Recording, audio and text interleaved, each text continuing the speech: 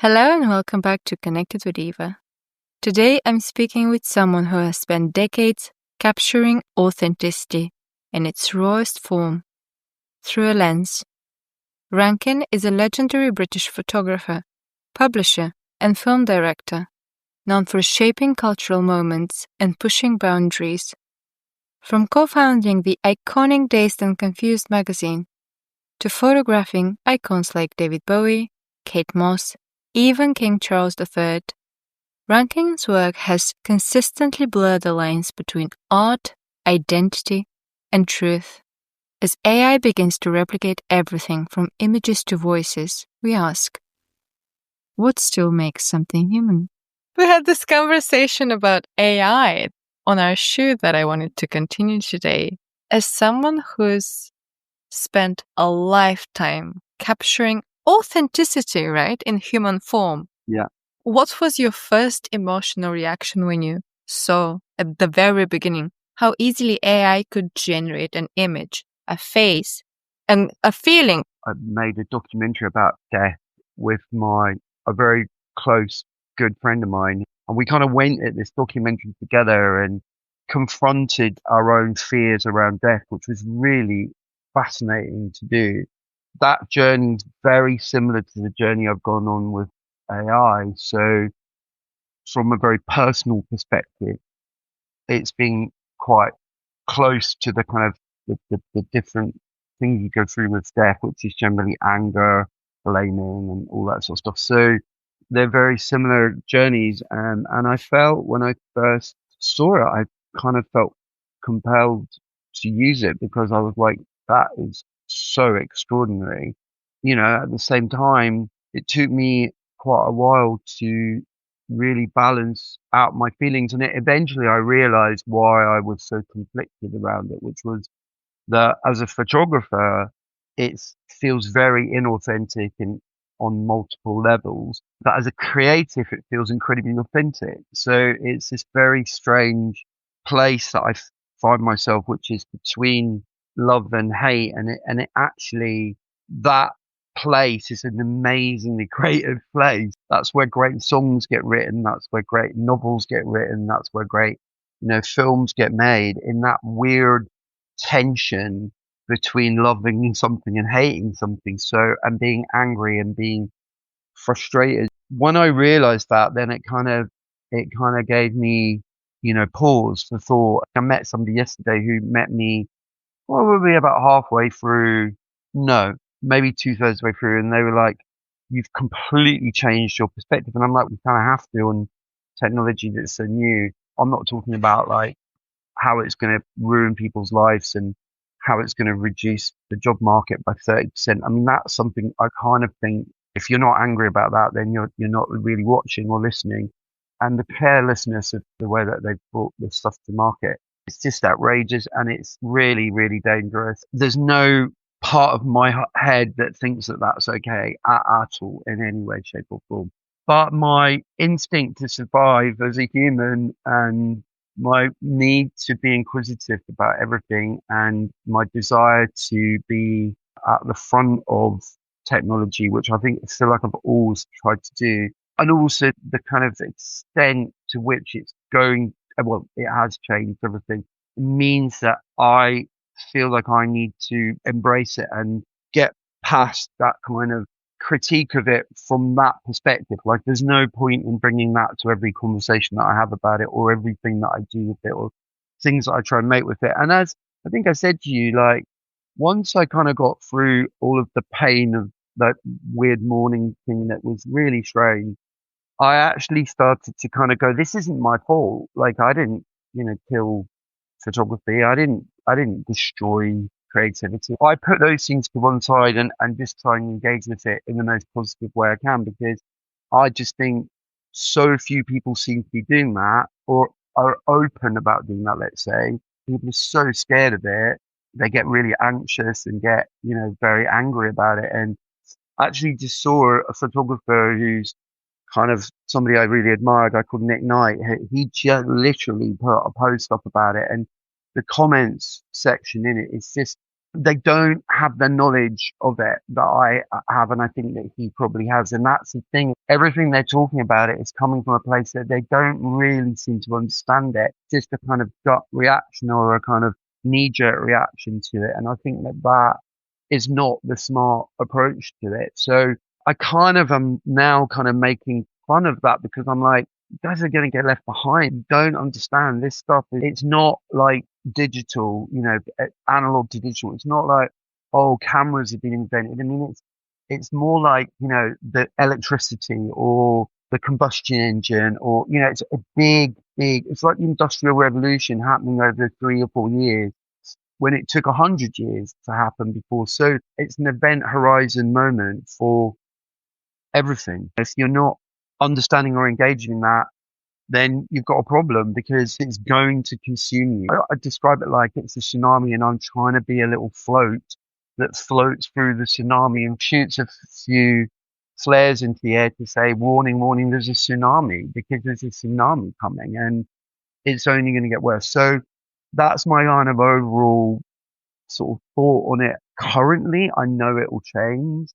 But then, on the other hand, it's incredibly creative. So when people go, oh, you can't do this on it, I'm like, you can. The thing that shocked me the most is people's lack of knowledge or understanding of it. Even some of the people that are using it. So that's kind of where my brain is with it. But at the same time, like the love bit is like, I absolutely love making stuff with it. And I'm writing so much more than I've ever written before. And I'm probably going to start another agency and call it One Studio because it's just me doing 99.9% of the work. I'm doing it on my own. So I don't need it's like having 50 assistants, interns that are like absolutely there for you and are experts in everything you want them to be experts in and don't sleep. So you can call on them at 4 in the morning.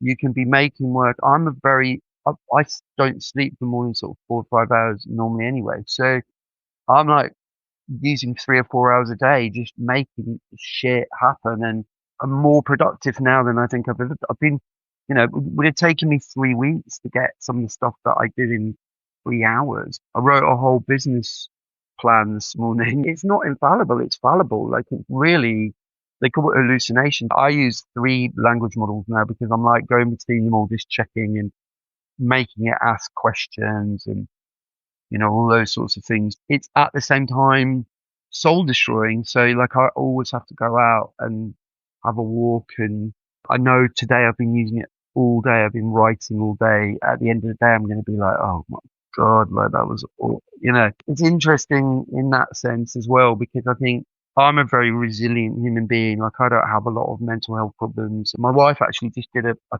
analysis of my blood. It's really funny because she's a nutritionist. So I got my blood work done by my doctor and then she got it and analyzed. She obviously knows how to read it all and ask the right questions. And it's like, yes, your blood it means you're a resilient person and you're patient and you're this. And yeah, it's really interesting. So that I get drained by it. And I've always said, look, if I'm getting drained by social media and this stuff, then that's very worrying because if it's addictive in any way, shape or form, I'm not really that person. So people are like that, and I hear these horror stories of people using it for marital advice and for getting therapy. I just think it's kind of like not the smart way to use it. But anyway, it's here to stay and the genie's out of the bottle and people that are going, no, let's put a stop to it. I'm like, guys, like the horse has not only bolted, it's over the hill, it's met some other horses. They're all having a horse party and we're going to go and have to live with the horses who probably will take over. Well, the thing is, it happened so quickly. All these companies are getting a lot of funding. They're getting insane evaluations. There's actually also an AI mental health startup, which is going to be a therapist as well. So the speed of everything is incredible. And I don't think anything before has come so fast and changed so fast and grown so fast. No, my friend has been showing me stuff because he's really into it all for a while, and it was almost really awful. And it was actually Damien Hirst that got me into it. He got me into something called Wonder. I started using it just for fun, really. and I was using it going, God, this is really near to starting to be interesting. So I was kind of interested in it probably before everyone else. But then another friend of mine, she's a really amazing photographer that I really love called Philip. He was doing some stuff on it that I was like, wow, this is really, really good. So I just emailed him. I did an interview with him about his work and I was talking about it. And then I said, oh, could you just tell me how you're doing it so I get a little bit of an in? And then he was using Discord at the time, which is, I mean, I don't ever use Discord anymore, but it was like, wow, and I did really good stuff really quickly on it. And I was like, shit, that's fucking nuts, man. This is really, really, really much better than what I was doing on Wonder. It's getting better. And I mean, and also I'm jumping around systems. So I'm sure that most people that are kind of any good at this stuff are doing the same thing as me. And another one comes along that's even better at something. And even like within 3 days, you go from a system that can only do low res images, but they're really realistic. And then suddenly 3 days later, they don't even tell you that you can do high res images, and you have to talk to them in their own certain way of like, it's a bit like talking to people because you have to like go, right, what system been trained to talk like, and ChatGPT is very much been trained to be sycophantic, and Gemini's kind of in between. Then Claude isn't sycophantic really; it's quite kind of direct and right to the point. So each of them you have to kind of work out the way in, like, and it can take sometimes it can take like weeks to find a way in, and then sometimes it can be like an hour. The music one, I was making things that were pretty good within a day, and I was like, this is nuts, man. I'm deep into it and I'm not slowing down, and I'm not really thinking of turning round and kind of making a stand. That moment's been lost and the governance isn't going to come in. And I describe it a little bit like trying to put speed bumps in the runway at Heathrow. It's just, there's no point, it's counterintuitive now to do that. So really it's more important to kind of work out how to deal with what you've got. And I mean, for me as a photographer, the interesting thing that's happening really is that I'm starting to use a lot of my own work in it as a way of either bringing it to life with moving image, or where I'm trying to do fusion between my work, or where I'm taking a picture and I'm giving it very specific design ideas. I keep saying to my retoucher, the guys at retouch will be like, get the fuck out of Dodge, guys. Like, you need to retrain immediately. They go, no, it's not gonna. And I'm like, yes, it is. I'm really enjoying putting my own work into it because the authorship feels very different when you put your own work into it. And people are like, don't you worry about it training? I'm like, no, it's already trained on me. What are you talking about? I can make a picture like me very, very easily. Yeah, well, there's this whole thing, people are afraid of their data being out there, and it's already out there. The data's gone. Like those, what are they called? Those little sort of terms and conditions things that we all just, that was the data that they were preparing for this moment, so, and it's kind of funny, like that, like all these companies that are like deemed to be kind of like fairly morally kind of, positive, like Google and stuff, they're not. It's completely morally corrupt. The whole thing is just morally corrupt on so many levels. So I'm not going to take the blame for this. When you start getting angry with people because they're using it, it's like, no, I'm the last person in the queue you should be shouting at. Also, people going, oh, it's so bad for the environment. I'm like, well, yeah, it probably is bad for the environment, but everything's bad for the environment. Governments have to take responsibility for that stuff. We vote them in for a specific reason, and it's like, it doesn't seem like any of them are doing that on a kind of global scale anyway. I'm just a little bit confused about why it becomes the individual's responsibility. It's like, yeah, of course, everything should be better. We should be doing things in a better way. Am I going to lose my job? Possibly. I mean, I don't think I'll necessarily lose my job, but there's the threat of that hangs over, I'd say 90% of the population now. So what are you going to do? Like, are you going to go and demonstrate? I mean, yeah, like I'm up for demonstrating, but it doesn't seem to make much difference to these people. They don't seem to have a moral compass or any morality at all. Like it's kind of bizarre to me, like that stuff. Well, regulations is the big thing because it doesn't exist it feels like it's not a priority for the governments to create regulations. And is it even too late? Because the databases are there already. So, your image, your data is there. Exactly. Like I met this amazing woman from The Guardian who was a technology writer, but she was also kind of like headed up their responsibility arm. And she was like, it's just not going to happen for 3 to 5 years. And by then it's already too late. Never mind 3 to 5 years. So I don't know. I mean, it's all stuff that I'd be very interested to debate. But this is the other thing, Eva, like they don't ever, ever, ever want to debate it. No one wants to debate this stuff, right? Not one person wants to talk about it. I mean, I'm quite an outlier in the fact that I'm talking about it. And I was very surprised when Nick talked about it the other day because I was like, that's a big step. And there's a guy called Richard Osman who started talking about it as well. And I think you have to have people like us discussing this stuff because no one else seems to. And it's like, I'm very surprised and shocked that the ad industry is not talking about it much more directly because they're literally going to be decimated by this stuff, decimated by it. And some people, when I say that to them, they go, good. And I'm like, well, it's not good for all those, young writers and designers who start their art, their careers and learn how to be writers by writing shit copy or designing bad ads or whatever. That mentorship is going to be gone. And who are they going to get mentored by now? It feels like a very dangerous moment in that space as well. So I just refer back to, well, what is the individual supposed to do? I think we're looking at it through the lens of the past where maybe the individual could have an impact on it. But currently, I don't see that how any individual can have an impact on it. I mean, I'm trying to debate it with people, and people literally go la la la la la la, and close their ears, and it's like the three monkeys all doing the same thing at the same time, like see no evil, hear no evil, and speak no evil, all at the same moment. That's where my head's at with it.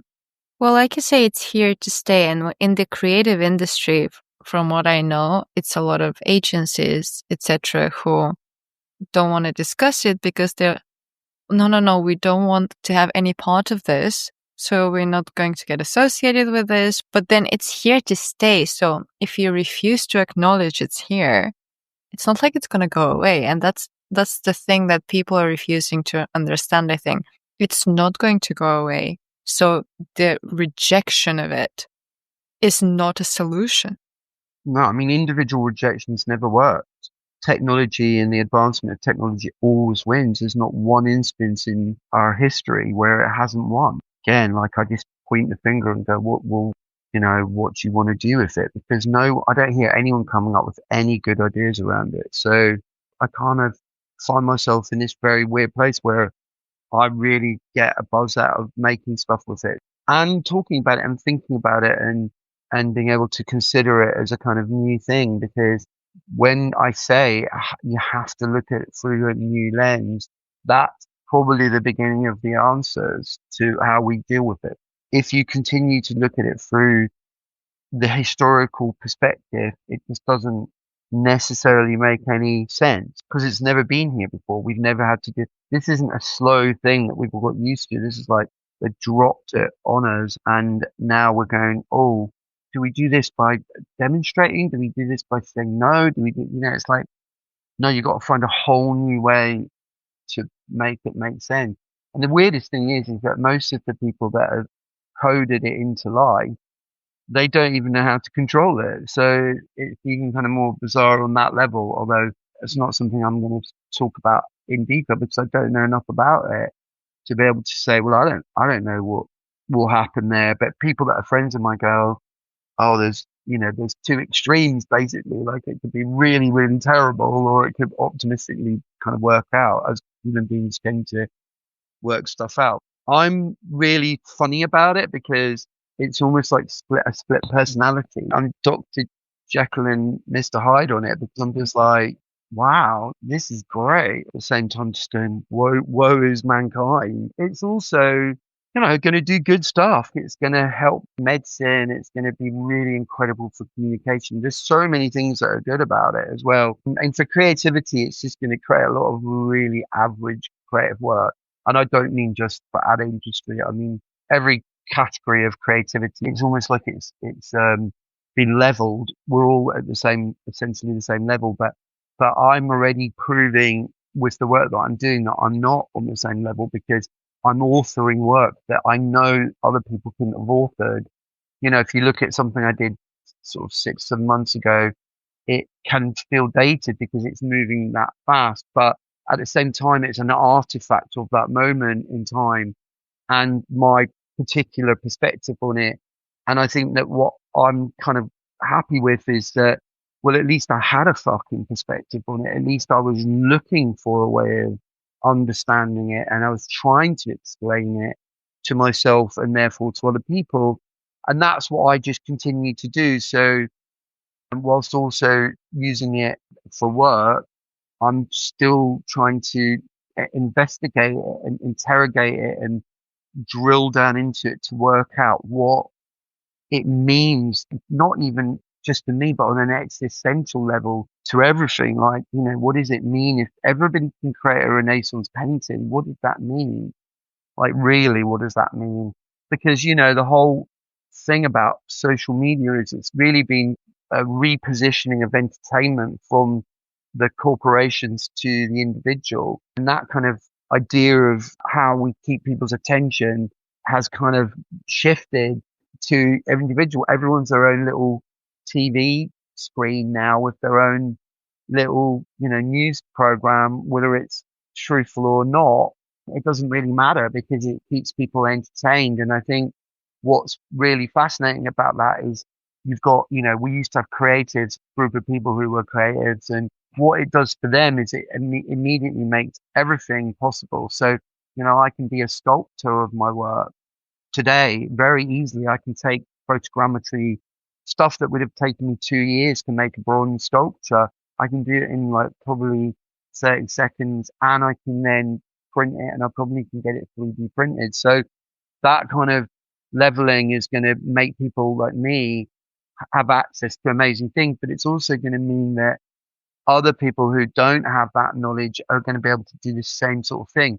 I still think that the real people that are really creative will rise to the top because they'll just find ways of using this new box of tools in a way which is interesting to the audience. Yes, the creators are going to become more creative, but essentially the performative nature of that means that they're probably just going to double down on the stuff that their performance is about already. And I don't think, most people that are interested in true creativity are really interested in YouTube videos about how to do makeup and, how to clean your car. But so I'm kind of fascinated about that as well because it is a kind of idea of like, yeah, you can with this technology create something absolutely extraordinary very, very quickly.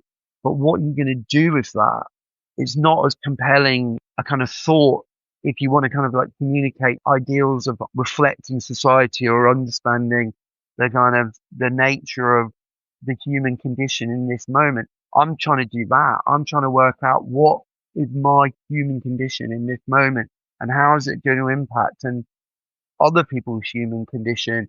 Whereas I think most people are going to go, oh, look, I can make myself a Superman, or look, I can generate like a kind of Marvel comic version of myself, which is going to be entertaining, but that's about it. And of course, it's going to make it easier to write a press release or it's going to make it easier to design like I did a PDF this morning on it, which I've never done before. That's now something I can at least do a draft version of like super quickly that I just pass over to a designer that they don't necessarily copy, and then I'm sure there'll be a design version of that soon as well. So yes, the ephemeral stuff around creativity is going to be easier, but are people going to use it in deep and meaningful ways? Well, if you look at social media, they've never done that. They haven't done that. And actually that's one of the reasons that things like podcasts have become such a big thing. It's because it needs a balance. People need to be able to have those intellectual conversations about the really important things in life.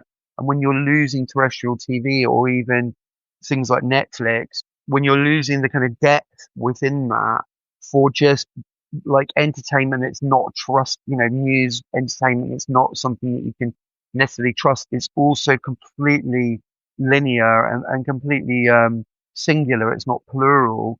You want people to be plural. You want people to have two views. You want them to see both sides of an argument. And I think that's why things like your podcast and other people doing these types of things, they're looking for that. They're looking for debate and discussion around this stuff because they're starving from it. They're getting none of it.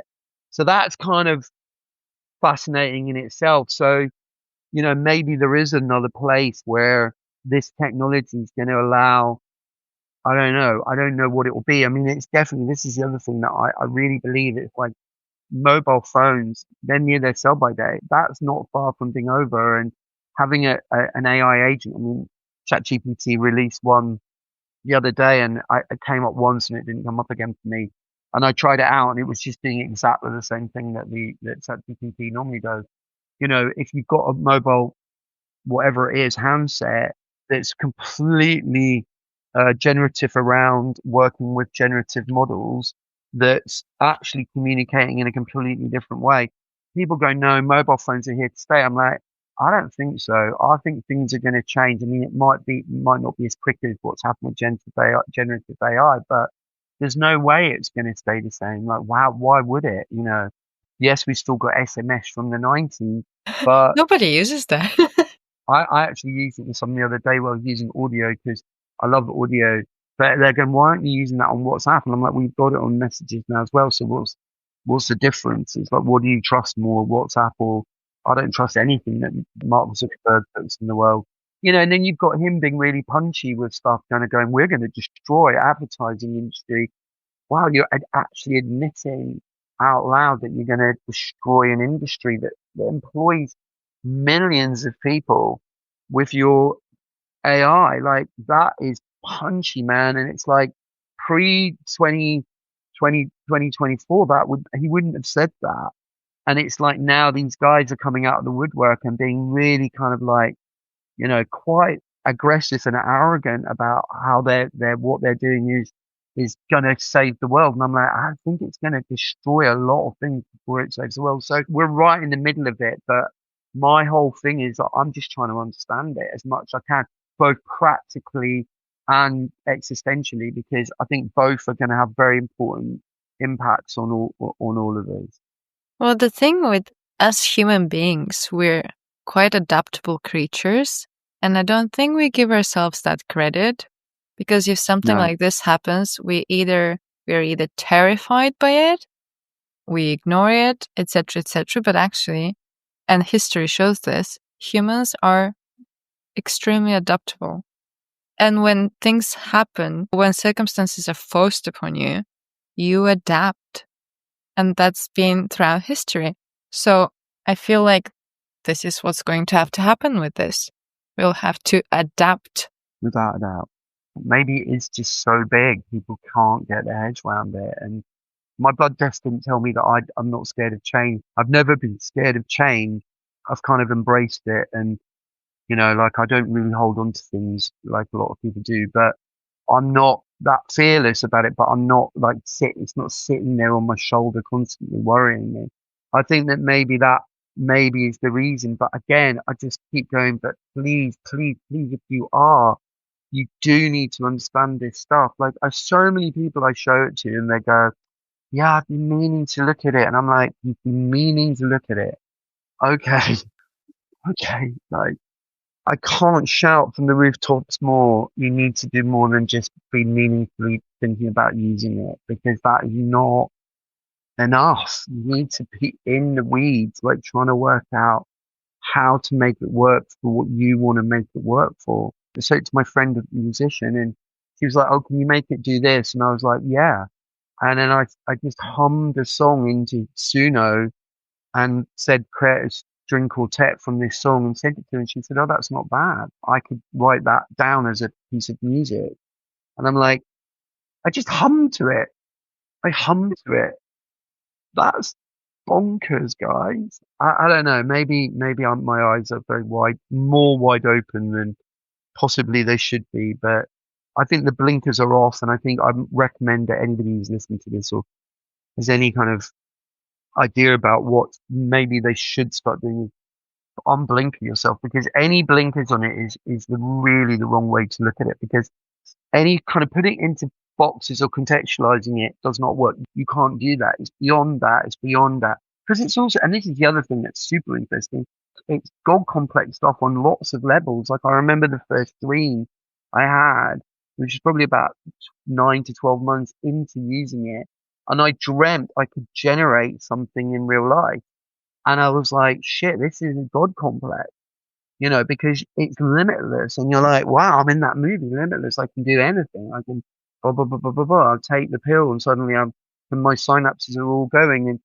And at the same time, it's one of those things because of the nature of the communication between, especially the language model. It makes you feel like you're speaking to a deity, like you're talking to a priest, or you've got a direct contact. And the other thing that's really mad is if you've got an immediate bias, especially with ChatGPT, it just doubles down on your bias. It tells you that you're absolutely right on what you're supposed to be maybe thinking critically about, as opposed to like going, oh yeah, I'm absolutely right. This is where it could get like ooh, super, super dangerous. People are already in echo chambers within their friendships.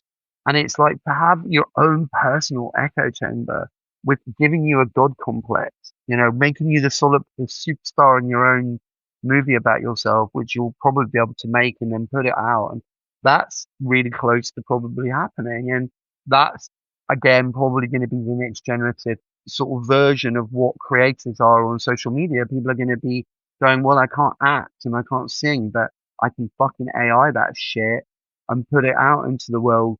That's where I'm kind of going, well, it could go down a few of these million roads. Yet the most important road it could go down is destroying the human condition currently. And we've already broken the social contract. The social contract's broken. It's no longer there because of social media. So, things are never going to be the same again, and nothing's normal. That's why I think, again, people want a little kind of sense of like, kind of just go back. I mean, if I could go back to the 90, like maybe 99 and press a pause button, I would 100% do it because it was good. There's optimism and there's positivity there. Things seem to be getting better. And then since then, it's just kind of seems to have all gone downhill. There's a lot more of everything. There is a lot more things being produced. But also I was thinking, the more things are produced, and especially with AI, the more inauthentic things are being produced, the more people will, and the more people will crave authenticity. Yeah, they will, but we're kind of in a post-truth society, so it's really hard to even know what is authentic and what isn't. I've been leaning into authenticity my whole career, and I can use this stuff and make it look authentic. If I can do that now, in 3, 6 months, 9 months, 12 months, a year, 2 years, other people are going to be able to do that very easily because I can do it. Like I know I can make images look super realistic. I've got that skill set because I've been doing it for 35 years, but we're in a fake society currently because people are just lying. So I think that this is just going to compound and accelerate it and like really, really expand it. So yes, I think people will seek out authenticity, probably one-on-one experience or one, live experience. And I think that's the place if I was a creative and I definitely am working on experiential stuff myself because I know that is going to be a space where it's going to be profitable and going to be sustainable. Actually, not even profitable, sustainable is the only thing you can really hope for.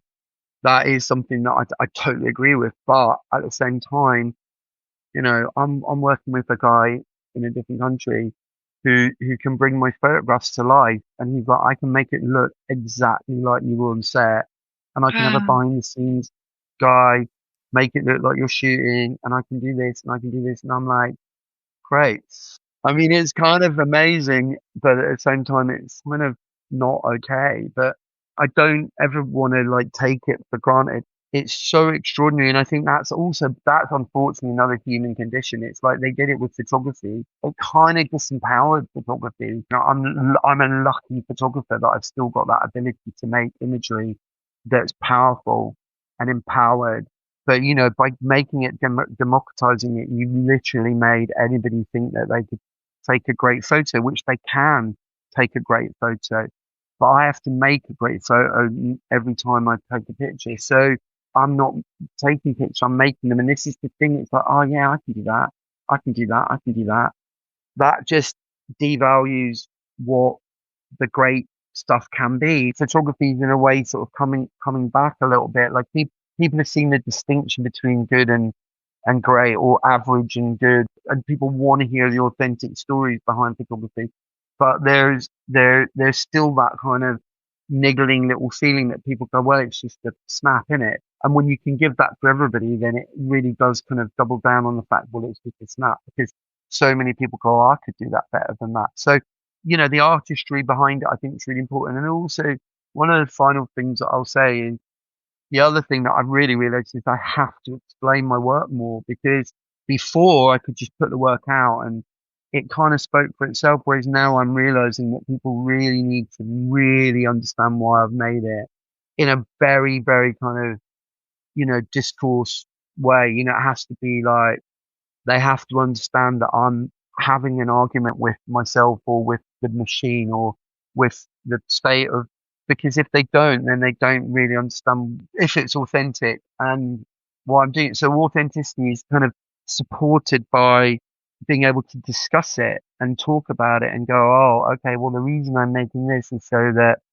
you can see the potential of what this technology can do, but also it's reframing the imagery that I'm making in a way that you're kind of questioning it or asking yourself, is that real or is it not real? Or, and also the other thing, the last thing really that to add to all of this is, once we get past it, is it AI or isn't it AI?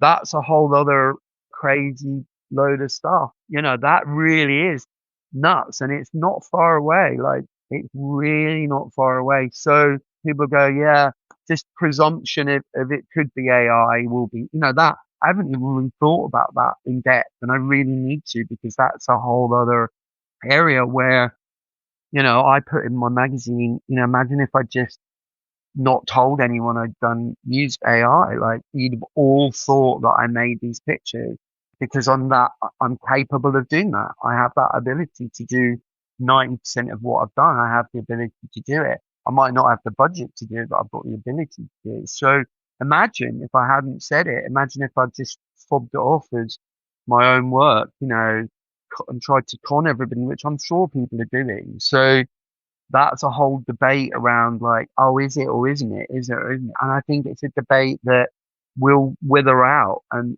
people just have a presumption on everything unless you can underwrite it as a creative and go, yeah, here's me making, even though you can make AI, this is probably the most important thing for me to say. I take more photos. I write more because of this. I'm a critical thinker in this. I'm trying to understand it, and it's made me think more, much more than I've thought for the last 10, 15 years.